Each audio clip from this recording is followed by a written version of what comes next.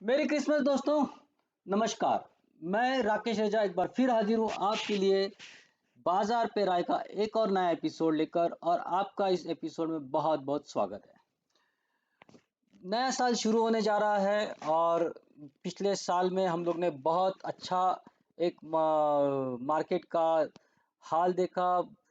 करीब करीब इस टाइप की जो मूवमेंट इस साल में एक साल भर में आई है।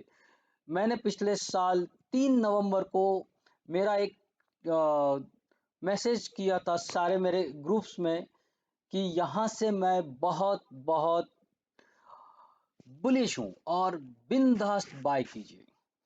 वो मैसेज मैं शायद अभी आपको नहीं दिखा पाऊँ, लेकिन कभी वक्त पड़ा मेरे बहुत सारे दोस्तों को ये मैसेज मैंने मेरे जो व्हाट्सएप ग्रुप में मैं मेंबर हूँ उन सबको मैंने किया था। और 4 तारीख से हम अगर देखेंगे, पिछले 4 तारीख से जो मूवमेंट हमको मिली है मार्केट में, वो एक शानदार अप ट्रेंड की मूव हम लोग ने देखी है।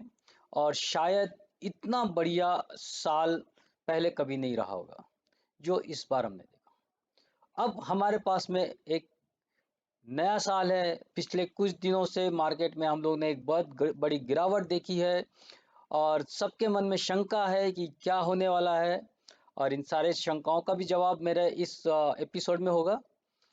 निफ्टी की, बैंक निफ्टी की काफ़ी डिटेल में मैंने चर्चा की है, लॉन्ग टर्म बेसिस पे भी और तुरंत शॉर्ट टर्म पे भी। तो दोस्तों, आपका एक बार फिर स्वागत है। ग्लोबल मार्केट की चर्चा भी हम लोग करेंगे इसमें, और इंडियन मार्केट की भी चर्चा करेंगे, और इन सब का असर आगे के आने वाले समय में कैसा होगा वो मैं हम सब इनकी चर्चा करेंगे। इन पे देखेंगे कि क्या होने वाला है। तो सबसे पहले ग्लोबल मार्केट की चर्चा कर लेते हैं, लेकिन उसके पहले एक डिस्क्लेमर।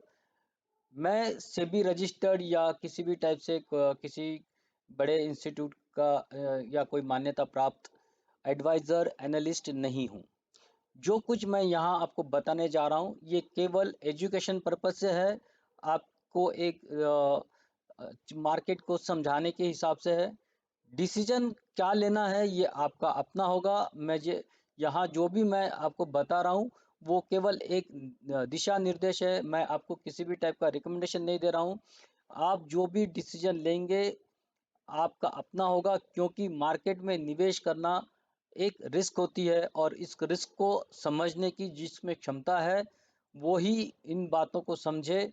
और कोई भी डिसीजन लेने से पहले आप अपने फाइनेंशियल एडवाइज़र से चर्चा करें और फिर ही इन पे डिसीजन लें। ये हो गया डिस्क्लेमर।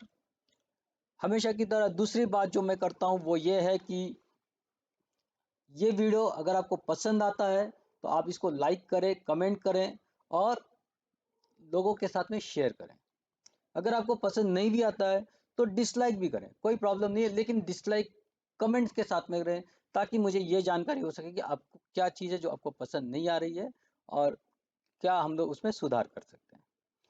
तो ये रही इसकी बात, शेयरिंग की। अगर आपने सब्सक्राइब नहीं किया है तो कृपया चैनल को सब्सक्राइब भी करें, ताकि आप आने वाले हर एपिसोड को आपको पहले से पता लग जाए और आप एपिसोड को जब भी अपलोड हो आप उसको देख सकें। क्योंकि अगले बार से मैं यहाँ और भी कुछ इस वीकली ये एपिसोड के साथ साथ और मैं एडिशनल वीडियोस भी मैं पोस्ट करने वाला हूँ, जो तत्कालीन हो सकते हैं। शायद डेली बेसिस पे मैं कुछ वीडियो अभी पोस्ट करूँ, जो मेरा की प्लान है। तो मैं ये चाहता हूँ कि आप सब्सक्राइब करें, बेल का आइकन दबाएं, तो आपको पता लग जाए कि जब भी मैं कोई वीडियो डाल रहा हूँ आपको उसकी सूचना मिल जाए। तो आगे बढ़ते हैं, बात करते हैं पिछले सप्ताह मार्केट में क्या क्या घटित हुआ ग्लोबल लेवल पे और हमारे लेवल पे। तो ग्लोबल लेवल पे अगर हम बात करें, ग्लोबल मार्केट की बात करें, तो बहुत शुरुआत हुई जो बहुत तेजी से मार्केट गिरे। उसकी दो वजह थी। एक तो ओमिक्रॉन के खतरे से सभी अनजान थे और उसका एक डर था। दूसरा कि बाइडेन साहब जो एक पैकेज लाने वाले थे, वो पैकेज को दो दो ट्रिलियन डॉलर का जो पैकेज लेकर आने वाले थे, उस पैकेज को उनके ही पार्टी के, डेमोक्रेटिक पार्टी के ही एक सेनेट ने सपोर्ट करने से मना कर दिया था।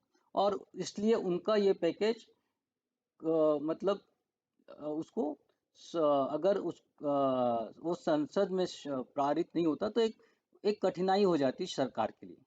तो ये भी एक डर था, उसके वजह से मार्केट में, अमेरिकन मार्केट में काफ़ी बड़ी गिरावट आई।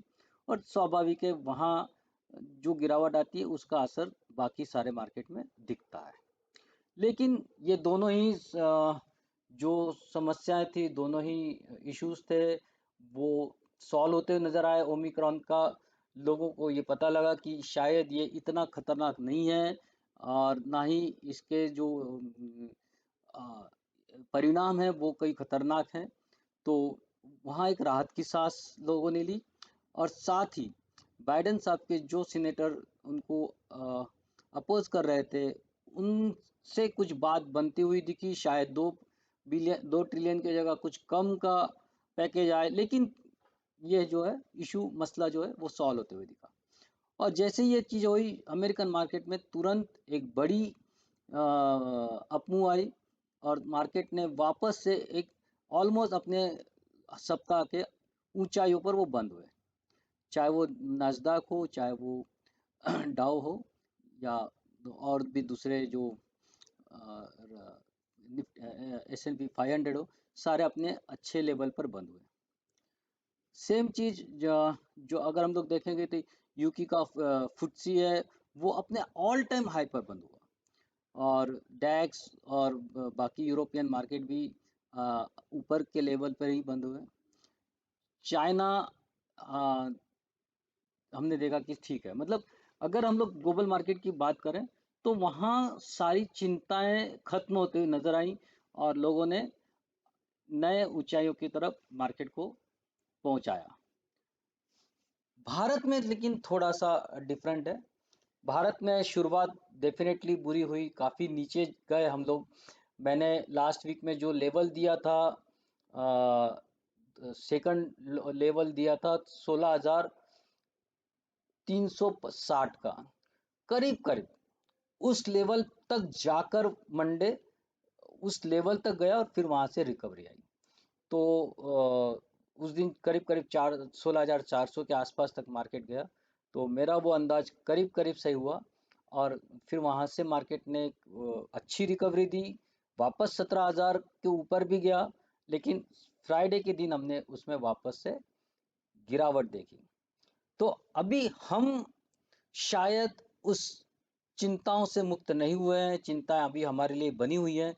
और ये चिंताएं आ रही हैं महंगाई से, अनएम्प्लॉयमेंट से, और अ, अभी भी जो कोरोना का फैलने का डर है, जो इंडिया में अभी कहीं कहीं लॉकडाउन लगना शुरू हुआ है, उसका ये असर है। पर लगता नहीं कि ये जो असर है ज़्यादा दिन तक टिक पाएगा। और मुझे ऐसा लगता है कि मार्केट को हम लोग नए साल में फिर से नए ऊंचाइयों में आते हुए देखेंगे। पर हो सकता है कि अचानक से वो बुलिश मार्केट हमको नहीं देखने को मिलेगा। अभी महीने 2 महीने मार्केट साइडवेज मूवमेंट में ही बना रहेगा। 17,600 और चौपन 16,400, ये जो अब लेवल है, ये करीब करीब 1,200 पॉइंट का ये रेंज है। इस रेंज में हमको मार्केट घूमते हुए दिखेगा, ऐसा मेरा अंदाज है। लेकिन जहां तक इस साल की पूरे 2022 की बात मैं अगर करूं, अगर कोई बड़ी घटना ना हुई, जैसे कोरोना की तीसरी लहर या इस टाइप का, तो मार्केट 2022 में 22,000 तक निफ्टी पहुंचने की क्षमता रखता है। ये मेरा आपको अभी से आपको बात मतलब मेरा ये अनुमान है। तो 2022 में हम लोग निफ्टी को 22,000 तक पहुंचते हुए देखेंगे, अगर ये बीच में तीसरी लहर वगैरह या कोई बड़ा ऐसा वजह नहीं बन गई तो। जो अभी जो मार्केट कंडीशन है उसके हिसाब से मुझे ऐसा लग रहा है कि एक बार फिर हम लोग जैसे ही 17,600 के ऊपर बढ़ना शुरू करेंगे, हम लोग हमारा जो मूवमेंट है वो 22,000 की ओर बढ़ना शुरू हो जाएगा।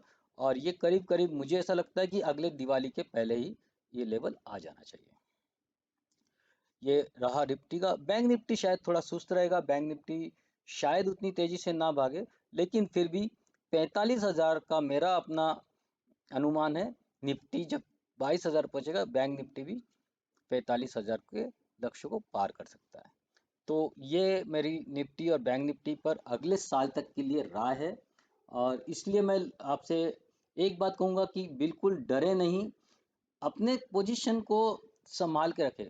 मार्केट बहुत गिर जाएगा इसकी संभावना बहुत कम है, नहीं बढ़ेगा ये हो सकता है, थोड़ा थोड़ा धीरे धीरे बढ़े ये भी हो सकता है, लेकिन आ, ये 2022 के अंत के आते आते ये वापस से एक बुल रन में वापस कन्वर्ट हो जाएगा।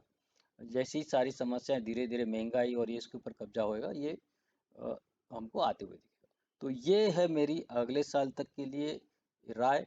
और मैं आप लोग से कहूँगा कि आप आराम से, लॉन्ग टर्म जो इन्वेस्टर्स हैं, आराम से बैठिए और बिल्कुल डरने की ज़रूरत नहीं है।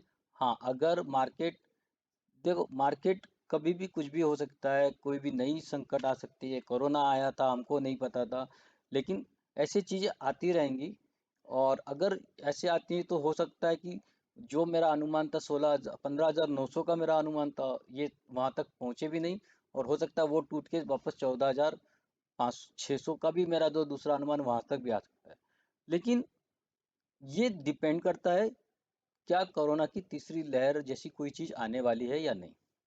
पर अदरवाइज हो सकता है कि जो रेंज अभी हमने बनाई है 14,000 16,400 की, वो शायद हमारा बॉटम बन जाए, और नहीं एक आध बार और नीचे गए तो 15,900।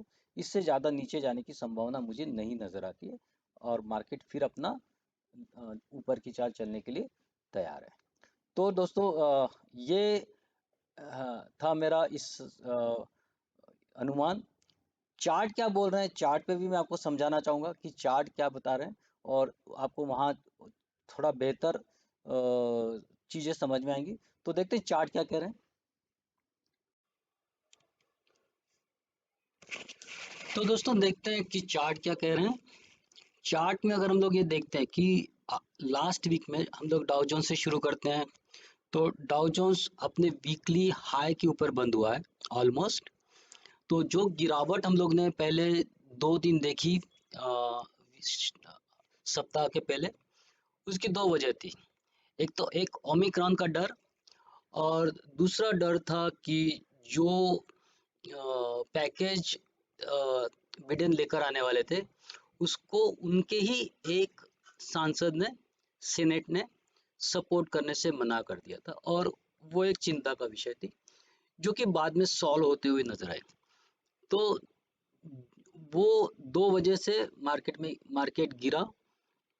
आप देखेंगे कि एग्जैक्टली उस लेवल पे आया जहां हमने लाइन ड्रॉ की थी, सपोर्ट पे आया, सपोर्ट से फिर घूमा और फिर एक रेजिस्टेंस पे। लेकिन रेजिस्टेंस पे ये अगर हम लोग देखेंगे तो ये अपने वापस से वीकली हाई के ऊपर बंद हुआ। तो एक अच्छी रिकवरी यहाँ दिखी है। सेम चीज़ अगर हम लोग नैस्डैक में देखें तो नैस्डैक ने भी अपने ऑलमोस्ट हाई के आसपास में ही अपना क्लोज दिया है। यूके का अगर हम लोग देखते हैं तो ऑल टाइम हाई पे जाके बंद हुआ है। सेम चीज़ अगर हम लोग डैक्स की देखते हैं तो डैक्स ने भी नीचे से काफ़ी अच्छी रिकवरी दी है। तो जो डर था ओमिक्रॉन का वो हटते हुए नज़र आ रहा है, और अ, उससे काफ़ी चिंताएं सबकी मतलब कम हुई है, और मार्केट ने फिर से एक ऊपर की तरफ बढ़ने का अपना जो रास्ता है उसको कायम रखा हुआ है।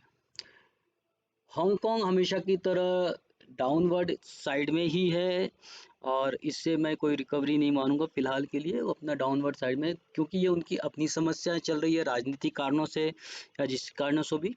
तो हांगकांग को हम लोग इग्नोर करेंगे। शंघाई ठीक ठाक वहीं। नो हम ये बोल सकते हैं कि कोई गेन नहीं, कोई लॉस नहीं, वहीं के वहीं ऑलमोस्ट। और ये सब के चलते अगर हम लोग ये देखेंगे कि ये एक जो तय कर रहा है, जो रास्ता ये दिखा रहा है कि मार्केट में अभी भी जो तेजी है वो कायम है। और अभी फिलहाल कोई बड़ी गिरावट के साइन नहीं नजर आए। जो भी निगेटिविटी थी मार्केट ने पचा ली है और अब वापस से ऊपर की ओर जाने के लिए तैयार है। लेकिन क्या यही चीज हमारे मार्केट में भी हो रही है? तो अगर हम हमारा मार्केट देखते हैं तो चीजें थोड़ी सी डिफरेंट है। तो मैं निफ्टी के पहले इसके पहले कि हम लोग निफ्टी पे आए, हम लोग ये देख लेते हैं कि बाकी कम्योडिटीज में क्या हालचाल थे। तो कम्योडिटीज में अगर हम लोग देखेंगे, गोल्ड गोल्ड को मैंने जहां से नीचे की ओर शॉर्ट का आपको सिग्नल दिया था, वहां पहले उसने थोड़ी एक्चुअली यहाँ से देखेंगे तो सीधे उसने रिकवरी दी नहीं, सीधे नीचे आना शुरू किया और अपने वीक सॉरी वीक के सबसे लोएस्ट लेवल पे बंद हुआ। क्रूड में अगर हम लोग देखेंगे तो मैंने एक लोअर लेवल दिया था और एग्जैक्टली उस लोअर लेवल के आसपास में आके उसने रिकवरी दिया। आप देखेंगे कि ये लेवल मैंने दी थी और ऑलमोस्ट उसी लेवल के आसपास में आके फिर क्रूड ने वापस से ऊपर की ओर चलना चालू किया और अब हम अपर लेवल पे हैं। अब क्या करना चाहिए? तो इसमें मैं ये सजेस्ट करूंगा कि इसको निकालते हैं और यहाँ से मेरा जो एनालिसिस ये कहता है कि हमको अब इसके ऊपर ही बाय करना है और हमारा फिलहाल का टारगेट होगा ये, और नीचे की ओर का टारगेट होगा ये। तो ये हमारी रेंज वापस से बनेगी इस वीक के लिए। तो सिंपल है, हम लोग बाय करेंगे इसको 5559 मतलब 5560 के ऊपर और टारगेट होगा हमारा 5918 का।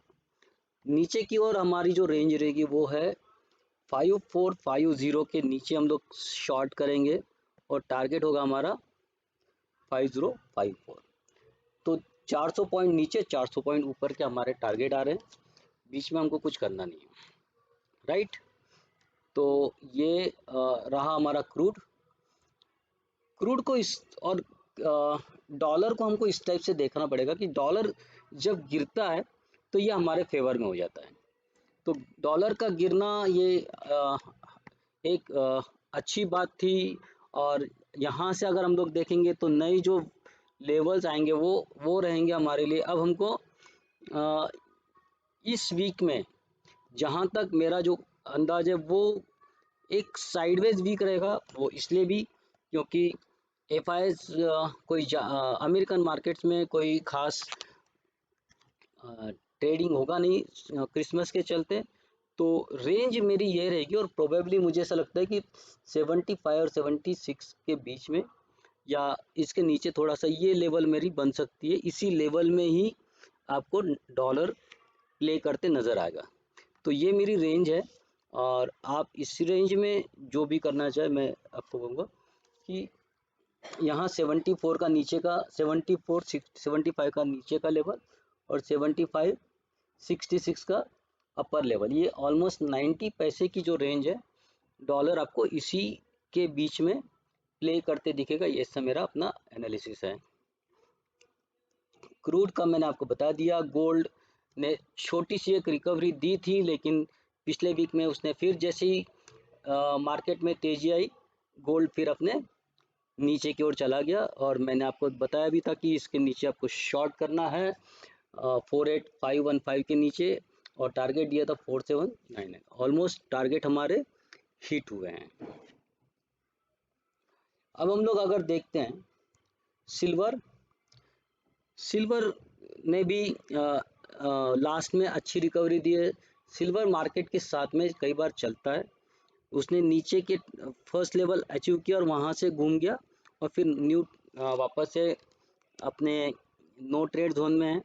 इस वीक के लिए मेरी लेवल सेम रहेगी, कोई चेंज नहीं। हमको इसके नीचे, जहाँ ये मैंने इसके लास्ट टाइम दिया था, हमको 62 450 के ऊपर बाय करना है। टारगेट होगा 63 778। शॉर्ट हम लोग नीचे करेंगे, इसी के नीचे सेम चीज वापस से, कोई लेवल चेंज नहीं इस बार, रेंज वही रहेगी आपकी। तो 61 900 के नीचे शॉर्ट करेंगे, 61 280 और 60,000, ये दो लेवल के लिए। तो ये दो लेवल हमारी ये रहेंगी इस वीक के लिए सिल्वर में। तो ये हो गए हमारे इन सब का असर। अब देखिए निफ्टी को हम लोग आप समझने की कोशिश करते हैं, क्योंकि नेक्स्ट वीक का वीडियो मैं नहीं दे पाऊंगा, इसलिए इस वीक में मैं निफ्टी को एक लॉन्ग टर्म के हिसाब से आपको समझाने जा रहा हूँ। तो हमने देख लिया वर्ल्ड मार्केट में कोई मंदी नहीं है फिलहाल, तेजी है।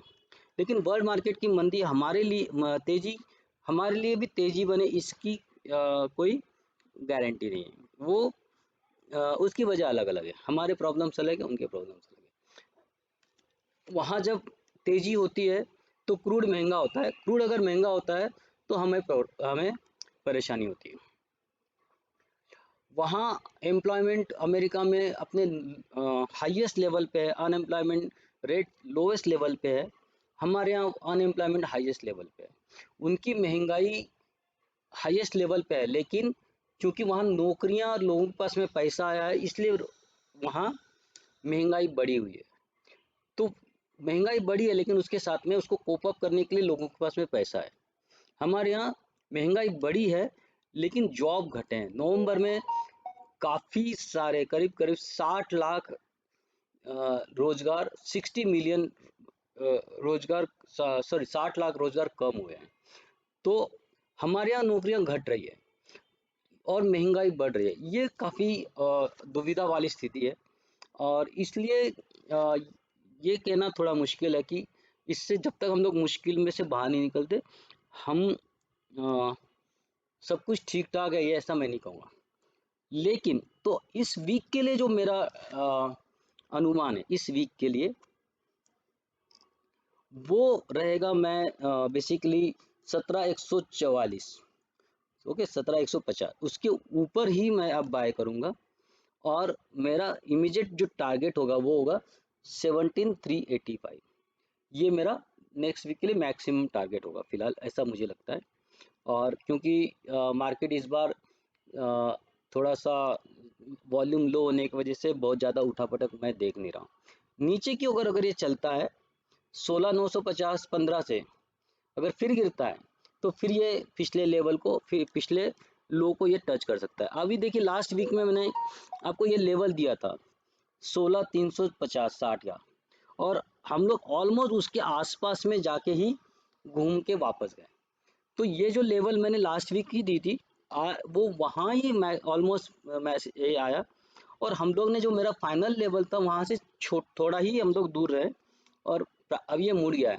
अब ये वापस नीचे आता है या यहाँ से ये वापस एक वर्ल्ड मार्केट को, ग्लोबल मार्केट को फॉलो करके ये ऊपर जाता है, ये देखने वाली बात होगी। तो अगले वीक के लिए मैं बड़ी लेवल्स नहीं दे रहा हूँ। 385 का हायर लेवल, अगर ये ऊपर चलता है तो, नीचे चलता है तो नीचे ज़्यादा गिर सकता है, या उसका पहला एक लेवल हम लोग इसके बीच में भी रख सकते हैं 700 का। ओके, तो ये एक लेवल भी मैं आपको दे सकता हूँ, ये वीकली लेवल के लिए। तो यहाँ आपको एक छोटा रेंज होगा 17,385 और 16,683। अगर इसमें ज़्यादा गिरावट आती है तो आपको ये लेवल भी आती हुई दिख सकती है, पर आएगी ऐसा मुझे लगता नहीं है, पर हो भी सकता है, क्योंकि हमारे यहाँ मंथली एक्सपायरी है तो एक बड़ा उठापटक हो भी सकता है। तो ये हो गया हमारा इस वीक का। लेकिन मुझे पूरे साल के लिए मेरा क्या आउटलुक है मार्केट के लिए, या निफ्टी के लिए, वो मैं आपको यहाँ बताना चाहूँगा। तो अभी हम लोग यहाँ देखते हैं, ये एक ट्रेंड लाइन है। अगर आप यहाँ देखेंगे तो ये अपर लेवल है, ये लोअर लेवल है, और ये एक ट्रेंड जो चैनल टाइप बन रहा है, उस चैनल में ये निफ्टी मूव कर रहा है। अब उस चैनल को ब्रेक करके नीचे आ गया है, नीचे आ गया है, और जहाँ तक मुझे ऐसा लगता है, या तो ये इसी लेवल से ये वापस घूम घूम के ऊपर जाएगा, या इस लेवल से अगर टूटता है तो 16 यहाँ तक भी एक बार आ सकता है, यहाँ से भी ऊपर जा सकता है। इवेंचुअली इसको ऊपर जाना है, तो मैं लॉन्ग टर्म में अभी भी बुलिश हूँ। और जैसे ही 384 या 400 17400 जैसे ही ब्रेक करके ऊपर निकलना शुरू करता है मार्केट, तो ये इस चैनल में वापस आ जाएगा, और फिर हम इस चैनल में मूव करते आपको दिखेंगे। तो ये एग्जैक्टली इसको यहाँ वापस आने में कितना टाइम लगता है ये मैं नहीं कह सकता हूँ। हो सकता है ये जान में इसी चैनल, इसी रेंज में घूमता रहे, फेब्रुआरी के बाद से ये ऊपर चलना चालू करे। और मेरा ऐसा अनुमान है कि ये मई और अगस्त, इसके बीच में, मई और अगस्त 22 इसके बीच में ये करीब करीब 21,400 को टच करेगा। और ईयर एंड आते आते, मतलब 2022 में ही ये 22,000 को भी टच करेगा।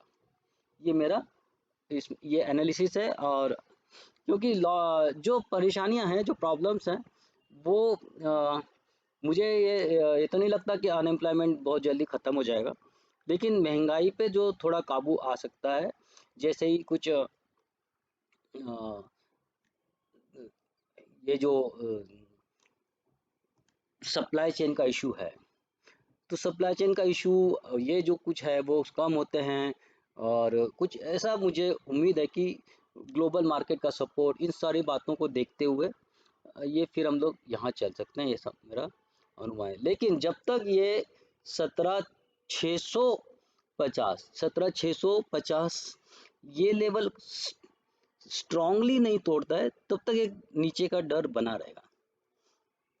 तो 17,650 ये बेसिकली एक स्ट्रॉन्ग रिवर्सल और बुलिश मार्केट को कंटिन्यू करने वाला लेवल होगा, वहाँ हमको देखना पड़ेगा। लेकिन फर्स्ट इंडिकेशन आपको आएगा 17,400 का, 17,400 और 17,650, ये दो लेवल जैसे ही टूटेगा, मार्केट फिर ऊपर दौड़ने को चालू करेगा। और मेरा अनुमान है कि अगले 2022 में 22,000 टच करेगा। अब आते हैं बैंक निफ्टी पे। बैंक निफ्टी भी अगर निफ्टी को फॉलो करता है, तो नेक्स्ट वीक के लिए मेरा वही चीज़ है कि नेक्स्ट वीक के लिए मैं इसको जो लेवल्स दूंगा आपको, वो ये है कि आपको 35,500 के ऊपर ही बाय करना है, और 35,400, इनफैक्ट 35,500 के ऊपर आप बाय करोगे, और टारगेट होगा आपका 37,100। नीचे की ओर हम लोग अगर देखते हैं तो 34,800 के नीचे आप शॉर्ट करेंगे, 34,000 के लिए, ये 34,000 के लिए, तो 34,400 के, 34,800 700 के नीचे हम लोग शॉर्ट करेंगे 34,000 के लिए। तो यहाँ से ऑलमोस्ट 600 पॉइंट का है। इस बीच में आपको क्या करना है, वो थोड़ा सा मुश्किल है कहना, क्योंकि हो सकता है मार्केट इसी रेंज में रहे। तो आपको हमेशा एक कॉन्ट्रा कॉल लेके ट्रेड करना आता है तो वैसे कीजिए, अदरवाइज इसके ऊपर बाय कीजिए, और मतलब 34,500 के ऊपर बाय कीजिए, 34,800 के नीचे शॉर्ट कीजिए, सिंपल। ओके, अब लॉन्ग टर्म देखते हैं। अगर लॉन्ग टर्म में ये निफ्टी को फॉलो करता है, तो ये है कि ये शायद लैगिंग ही रहेगा कंपेयर टू निफ्टी, अभी भी लैगिंग है, अंडर परफॉर्मर है। और निफ्टी से कंपेयर में ये ज़्यादा गिरा भी हुआ है, तो ये बेसिकली वो भी अगर निफ्टी के साथ में भी चलता है तो भी ये थोड़ा लैगिंग रहेगा। तो मेरा टारगेट फिलहाल रहेगा अप्रैल मई तक 45,000 का। तो 45,000 मैं देख रहा हूँ अराउंड अप्रैल में, मई के आसपास में। तो देखते हैं ये कैसे करता है, मतलब इनफैक्ट मई से लेके ये जून जुलाई अगस्त सितंबर तक का जो टाइम है, वहाँ तक ये कहीं आपको टच होते हुए दिखेगा। तो ये कैसा चलता है कि ये क्या जो लैगिंग इसका रहा है, क्या इसको ये थोड़ा सा बाद में फास्ट मूवमेंट में बदल सकता है, नहीं बदल सकता, ये थोड़ा देखने वाली बात होगी। तो ये रहा बैंक निफ्टी का लॉन्ग टर्म व्यू और शॉर्ट टर्म व्यू। फिर हम लोग देखते हैं कि लास्ट वीक में मैंने आपको जो ट्रेड दिए थे, एक दिया था विप्रो 670 पे, मैंने कहा था बाय करना, और 697 का इसका लास्ट का क्लोज है। हाई इसने 700 के ऊपर एक हाई भी बनाया हुआ है। तो ये हमारा विप्रो था। फिर अगर हम लोग देखेंगे नेक्स्ट था कजारिया सीमेंट। ये क्योंकि मार्केट पूरी तरह से एक डाउन ट्रेंड में रहा है, लेकिन हमने देखा कि ये एक हमारे स्टॉप लॉस के आसपास आके वापस घूम गया, और करीब करीब अभी हम लोग वापस एंट्री लेवल पे हैं। गोकुल गोकुल ने जहाँ से हमने बाय दिया, आप अगर देखेंगे तो वहाँ से एक अच्छी मूव भी आई, लेकिन मार्केट के चलते ये वापस से नीचे आ गया। तो हमने देखा कि यहाँ से 42 से लेके इसने 48 तक का सफ़र सेम डे उसने तय किया, लेकिन वहाँ से फिर थोड़ा हो गया। अब वापस एंट्री लेवल पे आप बने रहिए, जिसने नहीं लिया है वो वापस भी ले सकता है, इसमें अभी भी कोई इशू नहीं है। मार्केट का थोड़ा सा अगर सपोर्ट इसको मिलेगा तो हमको बहुत जल्द वापस 53 के हमारे जो लेवल वो आते हुए दिखेंगे। हैशटैग देखिए, मैंने यहाँ एंट्री दिया था 1488 पे, और इसने अपना हाई जो है 1630 का हाई इसने लगा दिया है इस दिन। और इसने वहाँ से देखेंगे तो अच्छी खासी एक बढ़ोतरी दी है, लेकिन वो वापस करेक्ट हुआ, लेकिन हमारे बाय प्राइम के आसपास अभी भी बना हुआ है। तो अभी इसमें कोई डरने की ज़रूरत नहीं है, ये फिर ऊपर चलने के लिए राजी है। कैपेसिटर ये ज़रूर बिल्कुल भी नहीं चला, इसने एंट्री नहीं दी हमको। हमने जहाँ से सोचा, ये सॉरी ये मैंने नहीं दिया था, ये बाद में दिया है। राज ये ज़रूर दिया था मैंने, और इसने ये पिछले वीक दिया था। तो पहले तो इसने अपना टारगेट को अचीव किया, और फिर ये बाद में नीचे आ गया है। तो ये राज लास्ट वीक का था। और इस वीक के लिए मैं आपके लिए कुछ ऐसे शेयर्स लाया हूँ जो आपको ट्रेड करना है, और ये पूरे साल भर में आपके ये अच्छा चलेगा। ये शॉर्ट टर्म के हिसाब से आप इसको मत देखिए, ये बहुत अच्छा है। पहला है स्मार्ट लिंक। ये होल्डिंग्स जो कंपनी है, ये अपने ऑल टाइम हाई पे अभी ट्रेड कर रही है 143, इसका ये अभी ऑल टाइम हाई है। लंबे समय के उसने अपने लेवल्स को ये ब्रेक किया है। ये उसका 18 का लेवल्स है, इसके पहले ऑलमोस्ट इसके आसपास 15 ये लेवल ब्रेक किया था, और एक अच्छे खासे वॉल्यूम के साथ में ये हमको ये ब्रेकआउट मिल रहा है। तो हमको यहाँ कहीं भी मिले 134 143 इसके बीच में कहीं भी मिले तो भी लेना है इसको। स्टॉप लॉस होगा हमारा 122 का। टारगेट हमारे थोड़े बड़े होंगे, 153 188, ये दो टारगेट के लिए हमको इसमें ट्रेड करना है। अभी आप एक्चुअली कहेंगे तो ये 153 बहुत ही छोटा है, लेकिन मैंने यही कहा कि आपको यहाँ नीचे कहीं भी मिलता है तो आपको लेना है, और नहीं तो फिर आप यहाँ इंतज़ार करेंगे थोड़ा सा, ये टारगेट पहला आते हुए दिखेगा, और आप यहाँ थोड़ा करेक्शन आ सकता है, वहाँ आपको लेना है, अभी नहीं लेना है। और फिर जैसे ही करेक्शन में आपको नीचे मिलता है आप बाय कीजिए, और ये टारगेट पे ले रखिए। ये जो कंपनी है ये FSL करके जो कंपनी है उसकी ये होल्डिंग कंपनी है, और FSL भी मैंने इसी वीक में आपको दिया हुआ है। तो FSL भी बहुत अच्छा कर रही है और ये भी अच्छा कर रही है, तो इसलिए हमको इसमें ये एक मुझे यहाँ एक अच्छा अपॉर्चुनिटी दिख रही है। तो आपके लिए ये स्टॉक है स्मार्ट। दूसरा है गल्फ पेट्रो। गल्फ पेट्रो काफ़ी एक डबल टॉप बनाया था, फिर डबल टॉप बना के नीचे आया, और अब यहाँ से मुझे ये वापस से बढ़ते हुए दिख रहा है। यहाँ हमको एक देखेंगे तो यहाँ उसने एक ट्रेंड लाइन ब्रेकआउट भी दिया हुआ है। अगर हम लोग इसको देखते हैं, ट्रेंड लाइन को अगर मैं मार्क करता हूँ तो आपको दिखेगा कि ये ट्रेंड लाइन ब्रेकआउट हुआ है और हॉरिजॉन्टल ब्रेकआउट भी है। तो एक अच्छा खास एक यहाँ एक अच्छा रिवर्सल दिख रहा है, और इसलिए मैं इसको रिकमेंड कर रहा हूँ। इसको 48 के ऊपर बाय करना है। एक 61, 67 और 73 ये सब टारगेट्स होंगे। स्टॉप लॉस होगा मेरा 41 का। तीसरा स्टॉक है जो मैं आपके लिए लाया हूँ वो है ISGEC। ये हैवी इंजीनियरिंग कंपनी है, और यहाँ अगर हम लोग इसका बेसिकली ये कंपनी अगर देखें तो काफ़ी इसका फंडामेंटल्स बहुत अच्छे हैं, बढ़िया कंपनी है। और एक शॉर्ट टर्म इसने एक करेक्शन दिया है, और ये इसका पिछला ये ट्रेड चार्ट दिख नहीं रहा है, अदरवाइज ये कंपनी पुरानी है। इसके पहले वाला भी चार्ट अवेलेबल है, यहाँ नहीं दिख रहा है, आई डोंट नो व्हाई। लेकिन अगर हम लोग इसको देखेंगे तो यहाँ एक अच्छा खासा ब्रेकआउट होते हुए नज़र आ रहा है। तो हम लोग बाय करेंगे 654 पे। टारगेट फर्स्ट टारगेट होगा 711, और नेक्स्ट टारगेट होगा 868। तो यहाँ काफ़ी अच्छी एक संभावना है। इनफैक्ट थोड़ा सा अगर मैं थोड़ा सा स्टॉक टारगेट थोड़ा कम ही कर लेता हूँ, हम लोग इस पे लेके आते हैं, अगला वहाँ से देखेंगे क्या होता है। तो नेक्स्ट टारगेट होगा 636 का। ओके, स्टॉप लॉस होगा हमारा 555 का।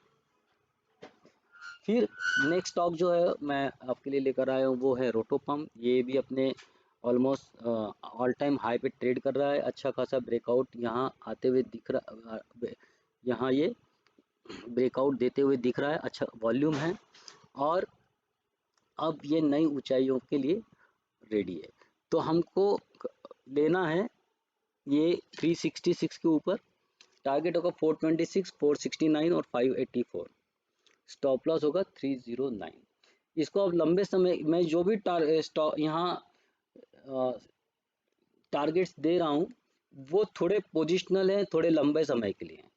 तो आप उसमें बने रहिए। अच्छी कंपनी है, अच्छी कंपनी में एंट्री आपको अच्छी जगह पे मिल रही है, और आप इसमें उस वजह से इसको बिल्कुल भी मतलब निकलने की जल्दबाजी ना करें।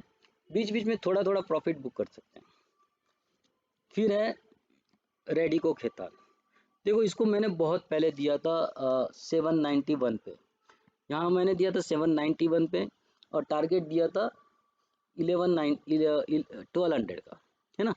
ये सारे टारगेट हमारे अचीव पहले ही हो गए थे, और अब मैं वापस इसको दे रहा हूँ।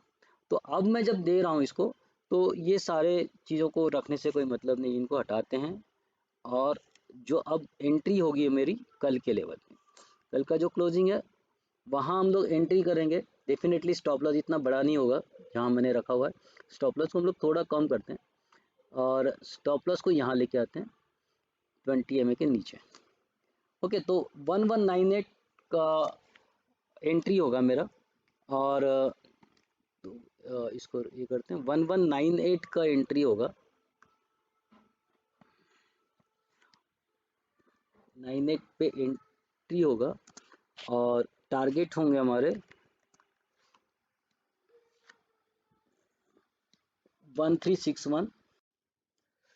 तो दोस्तों ये था इस वीक का बाजार पे राय, और मुझे उम्मीद है कि आपको चीज़ें अच्छी लगी होंगी, समझ में आई होंगी, और काफ़ी चीज़ों पे आपका जो राय है, एक पिक्चर आपको क्लियर हुआ होगा कि क्यों निफ्टी और बैंक निफ्टी और निफ्टी में क्या लेवल्स आ सकते हैं और क्यों आ सकते हैं। और आई होप कि आपको इससे मदद मिलेगी। तो हम लोग 2021 को अभी अलविदा कहने के पड़ाव पर आ गए हैं। अगले वीक मैं शायद नहीं आ पाऊँ, क्योंकि मैं वैकेशन पे जा रहा हूँ। क्योंकि काम के साथ साथ एन्जॉयमेंट और सारी चीज़ों का आनंद लेना बहुत ज़रूरी है। और मैं जा रहा हूँ अपने परिवार के साथ में वैकेशन पर। तो अगले वीक का एपिसोड मैं शायद नहीं रिकॉर्ड कर पाऊँ, तो हम लोग अब सीधा मिलेंगे जनवरी के फर्स्ट वीक में। तो आप सभी को नव वर्ष की बहुत बहुत शुभकामनाएं। नया वर्ष आपके लिए बहुत बहुत प्रॉफिट वाला रहे। आप अच्छा पैसे कमाएं मार्केट में, यही आपके लिए दुआ है। और इसी के साथ में मैं आपसे विदा लेता हूं। नमस्कार।